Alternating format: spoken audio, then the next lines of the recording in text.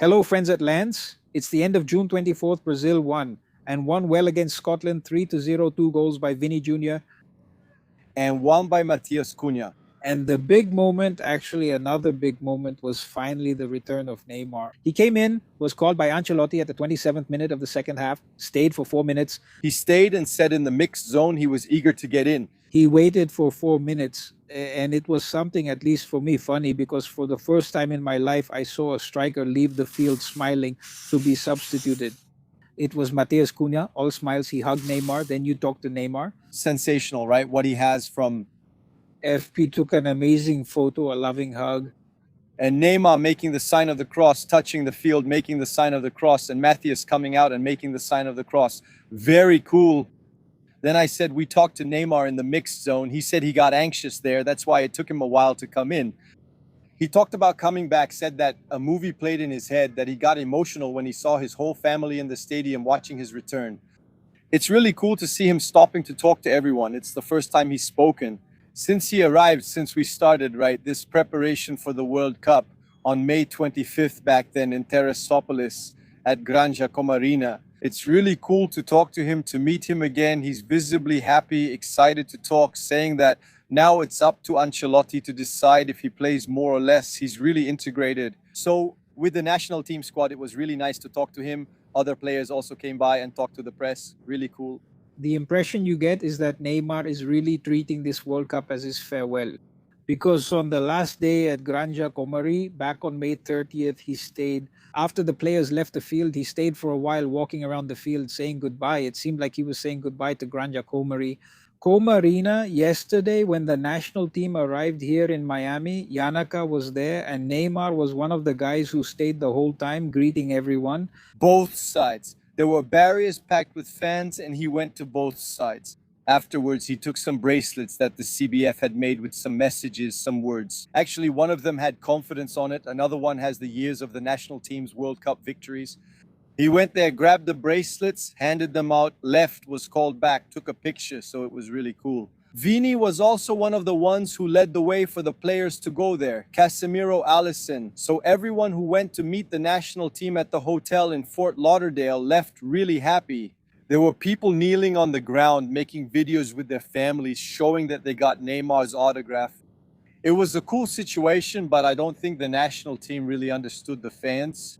Yeah, even though at the training center it was a bit closed off, you know, with those barriers and fences, there wasn't much of that. I think it was really to start organizing the team. I think the national team understood that being close to the fans, feeling that affection, and hearing what the fans were saying to them, that was really nice. And that excites you, even for us journalists, seeing that kind of encouragement. We've also been away from home for a long time, right? Without seeing family, kids. Anyway, yeah, we feel that too. The players must feel it as well, even though they're seeing their families more than we are. But the welcome they got here yesterday was really nice, and I think they managed to return the favor by playing good soccer here, right? Unlike the first game, the first half was really bad. Brazil recovered. The second game against Haiti, Brazil did really well in the first half, but in the second half, they dropped off and Haiti put on some pressure. There, I thought that in this game, Brazil managed to take control again, and a lot of people said that in the game against Haiti, Alisson made 2 saves against Haiti. I'll repeat, Alisson had another good performance. World Cup level here today. He's starting to enjoy World Cup games, so I think our goalkeeper is also improving. Many criticize Alisson for his past World Cup performances. In this World Cup, Alisson has been crucial for the national team in the last 2 games. Preventing goals despite the game. There, Morocco and Haiti, it was 2-2 at some point, but then Morocco took off and made it 4-2. But I think Alisson is also a very important player on this team. Yeah, so I don't know if Dusan agrees, but I'm going to mention another player here. We talk a lot about Neymar's return. Fans who like Hendrick, who like Rayan. Vini Jr., for me, is the main star of this team. 4 goals, he should have had a 5th goal. I was even joking with Dusan about it. The referee there disallowed the goal, the Mexican referee, and I even joked and wrote, if it were Messi, would he have called a foul? I don't know, but anyway, Vinícius Jr., 4 goals, he's up there with the greats. Yesterday at the press conference, they asked if he had the potential to reach Messi, Mbappe, and Haaland. He does, there you go, 4 goals. That's our answer. He could have scored more. He had another shot that the goalkeeper saved well. I also wanted to mention Bruno Guimaraes, who I think has been improving and growing during the World Cup. He had an okay performance in the first game, did very well in the second game too, controlling the midfield. And this game now against Scotland, for me, he's also one of the standouts. He didn't score, but he made a beautiful play in Mateus Cunha's third goal, right? And I completely agree. Bruno Guimaraes is playing really well. He gets very close to the attack. He's a key player. Yeah, in a way, all things considered, it's similar to what Paulinho used to do with Tite, right? He gets close to the penalty area, helps a lot in the attack, and Casemiro played a good match. I'm really liking Douglas Santos in this World Cup. He's a player that nobody talks much about. Not even anyone mentions Douglas Santos, but he does a very solid job, right? Danilo also did very well at right back. Sometimes people had some doubts about whether Danilo would manage, but for me, Danilo also had a great match. It's important that he put his hand on his leg there. He told us in the mixed zone it was just a knock, nothing to worry about. And then there was a comment from someone who has been following Flamengo for a longer time. Yeah, when we were at the press area where we stayed during the game, people were talking. Danilo, when he feels something, he immediately asks to be subbed out. If he didn't ask, it's because everything is fine. And then Danilo confirmed it. Everything is fine. He's okay. Now it's time to rest because we're already heading to Houston, right? Yeah, Carlos Ancelotti spoke after the game, the usual press conference. I asked him, like, hey, Ancelotti, your 10th, 15th game. The most common question during your year with the national team was about Neymar, and today you finally got to play him. Did you like Neymar? He said he liked Neymar. Yeah, he played just a little, not much time. But he said that Neymar deserved to play for everything he dedicated himself to during his recovery, and he played well. He liked Neymar. And once again, he praised Vinícius Júnior. For what purpose? He described Vinícius Júnior as one of the best players in the world. That was Carlos Ancelotti's definition. He was asked about the opponent for next Monday. There could be three. The Netherlands leads the Group F, which faces Brazil.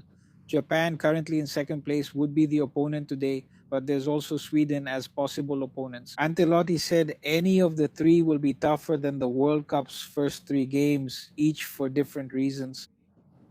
The Netherlands is a tougher, more experienced team. Japan has played well with good matches before the World Cup, including friendlies. They even beat Brazil 3-2 last year, but Brazil also had some mistakes there. It was a game with some mistakes, with some reserves playing too. And about Sweden, he said they have a very promising attack. The outcome of this group will be decided this Thursday. Another key update, no players were suspended, correct? Excellent, right? We had 3 players at risk too, and 2 others got a yellow card today, Danilo and Douglas Santos. But now everyone's record is clean. Everyone is clear. We're going into the first knockout round, which I still have trouble saying. We're not going to the round of 16 yet. Round of 32. Round of 32, and then it resets again in the quarterfinals, and we have no suspended players. Excellent news for Carlo Ancelotti. And we continue with the national team updates. There's another very important piece of news, Brazil. He was really rooting for the Brazilian national team to finish in first place, to stay only in the United States. And the Brazilian fans, the Brazilian worker was really cheering because for the first time in this World Cup, there will be a game in the afternoon in Brazil, 2 p.m. on Monday. That barbecue on Monday. Arrive, traditional optional holiday. The regular worker will finally have their chance. The kids at home are already excited about this, huh? So it will be on Monday, 2 p.m. Brasilia time. In Texas, it's 2 hours earlier, noon in Texas, but there won't be that strong sun. The stadium is air conditioned. So that's it. Brazil moves on in the World Cup, first place in Group C. Starting Monday, it's the knockout stage, round of 16 Brazil and maybe Japan. I would bet on Japan. I think Japan is coming up. And we say goodbye by thanking our friend Flazuero, who is helping out as cameraman today here for Lance. And you know, the World Cup is here at Lance. This guy is amazing, right? Go follow him too. Follow Lance, follow Flazuero, and let's go. Thanks, everyone.